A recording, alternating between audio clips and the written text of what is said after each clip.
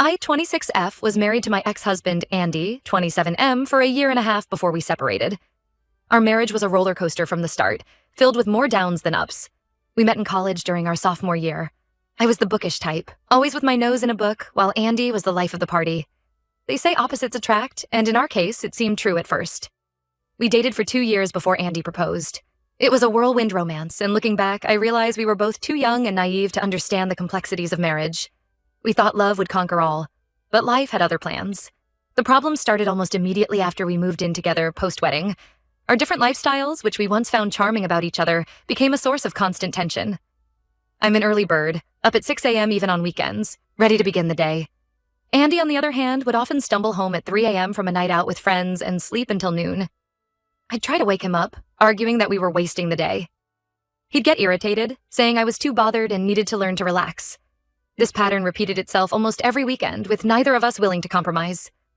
Our financial habits were another major point of dispute. I'm a planner and a saver. I had dreams of us buying a house, starting a family, and building a stable future. Andy lived for the moment.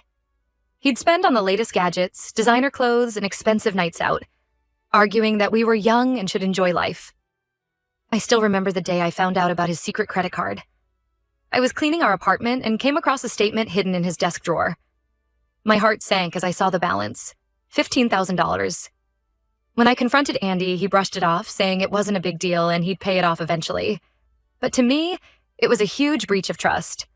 Our communication styles clashed terribly too.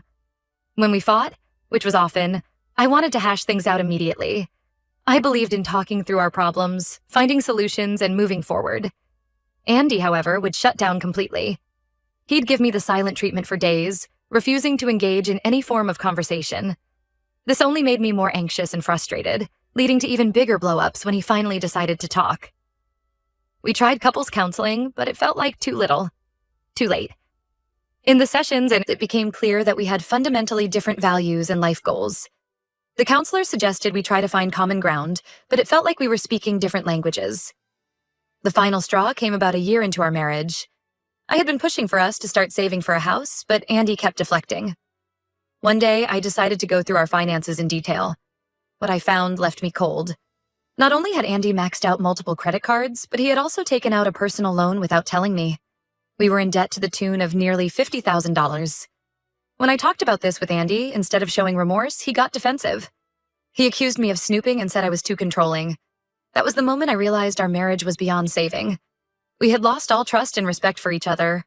The decision to separate wasn't easy, but I knew it was necessary. Andy half-heartedly suggested we try to work things out, but I could see his heart wasn't in it. Deep down, I think we both knew we had made a mistake rushing into marriage. My mother-in-law, Sandra, took the news of our separation hard. She was a traditional, conservative woman who believed marriage was a sacred, lifelong commitment. In her eyes, divorce was never an option, no matter how unhappy the couple might be. Sandra started calling me daily, lecturing me about the importance of working through marital problems. She'd say things like, "Marriage isn't supposed to be easy, dear. It takes work and sacrifice." When I tried to explain our issues, she'd dismiss them as young people problems that we could overcome if we just tried harder. As the divorce proceedings began, Sandra's attitude towards me grew increasingly aggressive. She accused me of giving up too easily and breaking her son's heart. The last time I saw her, at the courthouse after our divorce was finalized, she looked me in the eye and said, "You'll regret this. You'll never find someone who loves you like my Andy did." Her words stung, but I knew in my heart that ending the marriage was the right decision.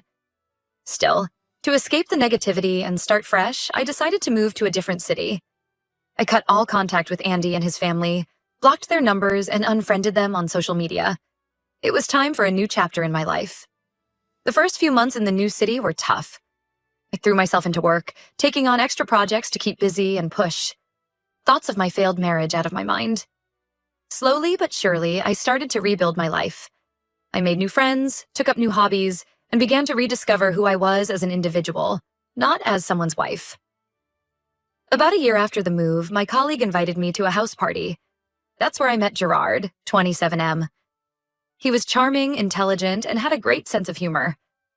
We spent the entire evening talking, and for the first time in a long while, I felt a spark of excitement. Gerard and I started dating, and it was like a breath of fresh air after my chaotic marriage.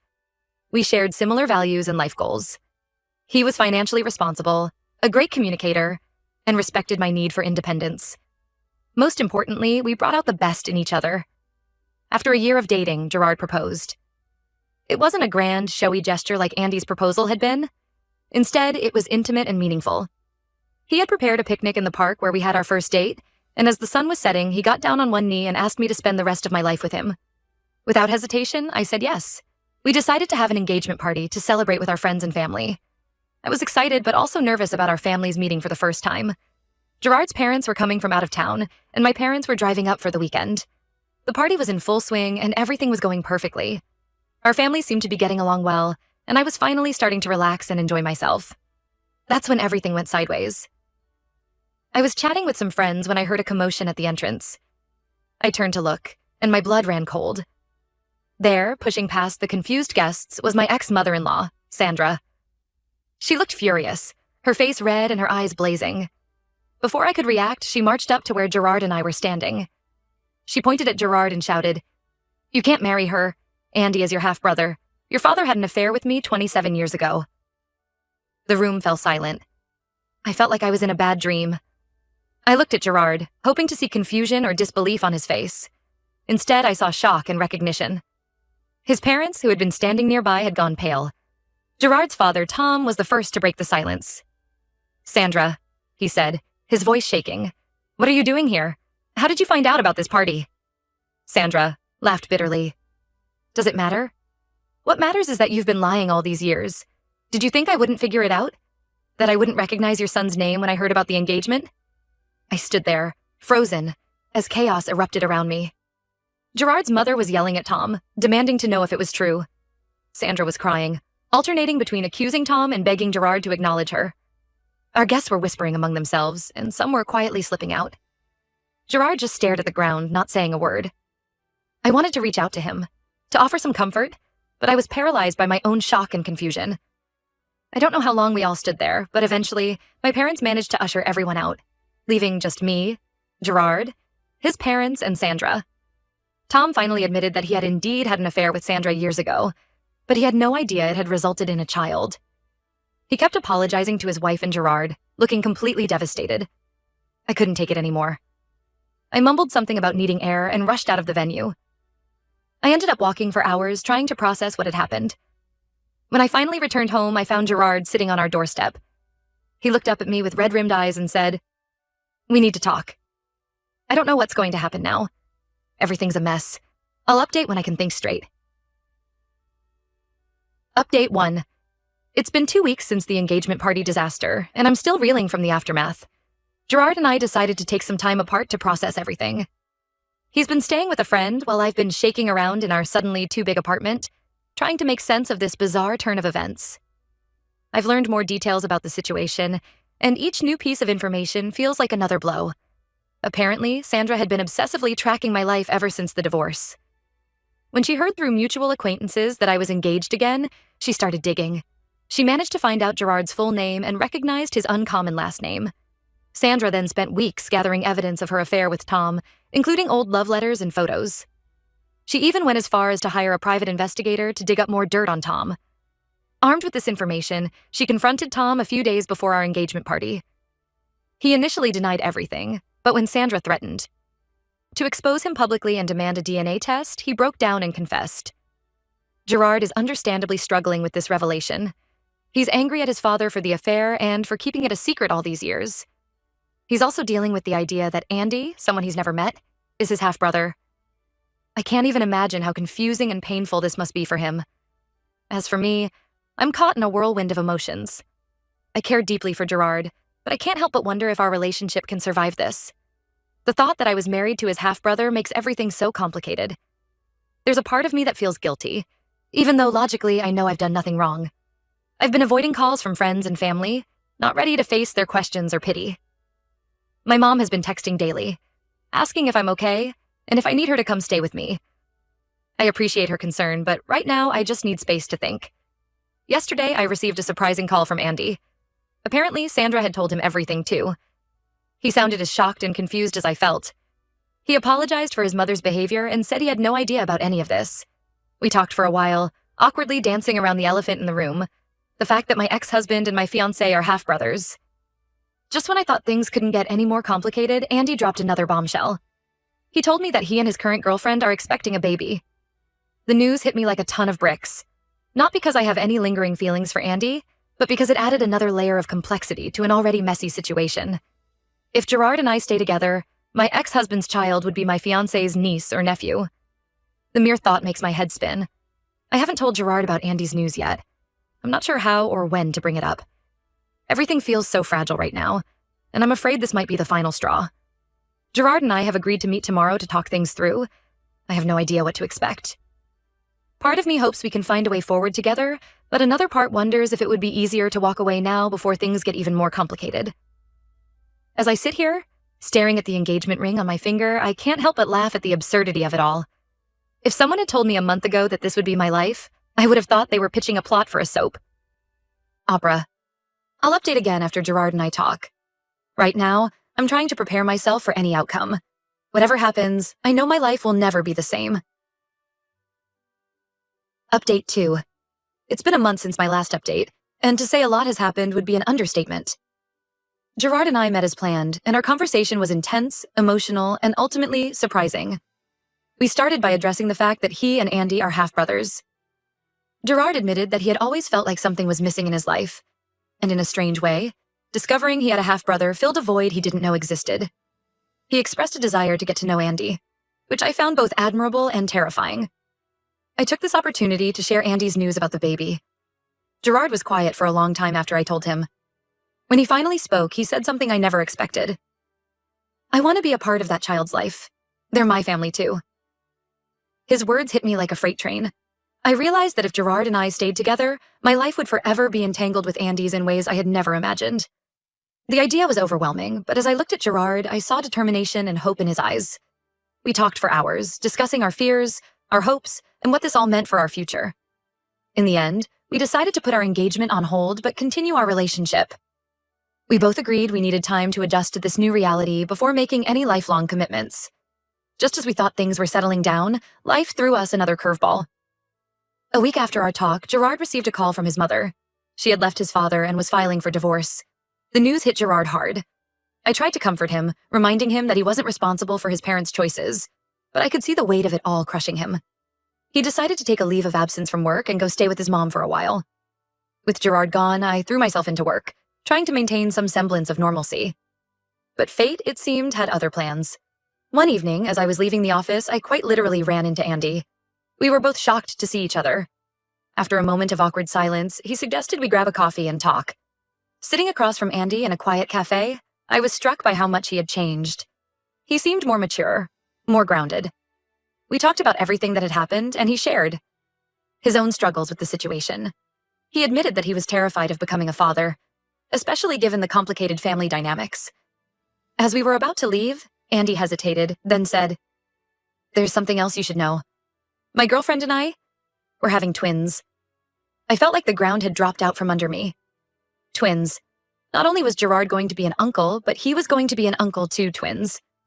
The complexity of our situation seemed to grow with each passing day. When I got home that night, I found a message from Gerard. He had decided to extend his stay with his mom indefinitely. He said he needed more time to figure things out and suggested I do the same. Now, as I sit here writing this update, I find myself at a crossroads. My life has become connected with a family I never asked to be a part of. I care deeply for Gerard, but I'm starting to wonder if love is enough to overcome the obstacles we're facing. I don't know what the future holds. Part of me wants to fight for my relationship with Gerard, to prove that love can conquer all. But another part wonders if it would be easier to walk away now, to start fresh somewhere new where I'm not caught in this complex web of relationships. For now, I'm taking it one day at a time. I've decided to take a vacation, to get away from it all and clear my head. Maybe some distance will provide the clarity I need. I'll update again when I've made a decision about my future. Until then, wish me luck as I navigate this soap opera that has become my life. Update 3. It's been 6 months since my last update, and I'm writing this from a small apartment in a new city. After much soul-searching and countless sleepless nights, I made the difficult decision to end my relationship with Gerard and start fresh. The vacation I took helped me gain perspective. Being away from the drama and having time to myself allowed me to really think about what I wanted for my future. I realized that while I cared deeply for Gerard, the complicated family dynamics were more than I could handle. When I returned, Gerard and I had a long, emotional conversation. He had come to a similar conclusion during his time away. We both agreed that the situation was too complex and that trying to force a relationship would likely lead to resentment down the line. Ending things with Gerard was one of the hardest things I've ever done, but I know it was the right decision for both of us. We parted on good terms, promising to cherish the good memories we shared. After the breakup, I felt an overwhelming need for a complete change. I quit my job, sold most of my belongings, and moved to a new city where I knew no one. It was scary, but also liberating. I've been here for 3 months now, and I'm slowly rebuilding my life. I found a job at a small marketing firm, joined a local yoga studio, and even adopted a cat. For the first time in a long time, I feel like I'm in control of my own life and future. I've had limited contact with Gerard since the move. We occasionally exchange brief, friendly messages, but we're both careful to maintain our distance. He updates me sometimes on his family situation. He's been building a relationship with Andy and is excited about being an uncle to the twins, who were born 2 months ago. I'm happy for him, but I'm also relieved that I'm not caught in the middle of it all anymore. As for Andy and his new family, I've chosen to keep that chapter of my life closed. It's better this way, for everyone involved. My ex-mother-in-law, Sandra, tried to reach out to me a few times, but I've blocked her number. I have no interest in engaging with her or being pulled back into the drama she caused.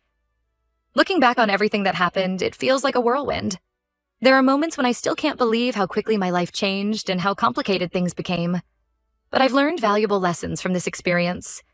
I've learned the importance of taking time to really know someone before committing to a lifelong partnership. I've learned that sometimes, walking away is the bravest and kindest thing you can do for yourself and others. Most importantly, I've learned that I'm stronger than I ever thought possible. I've survived a divorce, a failed engagement, and a complete upheaval of my life. And here I am, still standing, still moving forward. I don't know what the future holds for me. Right now, I'm focusing on myself, my career, and building a life that makes me happy. I'm not ruling out the possibility of love and marriage in the future, but I'm in no rush. For now, I'm enjoying the peace and simplicity of my new life. This will be my final update on this saga. Thank you to everyone who has followed my story and offered support along the way. Here's to new beginnings and the adventures that lie ahead.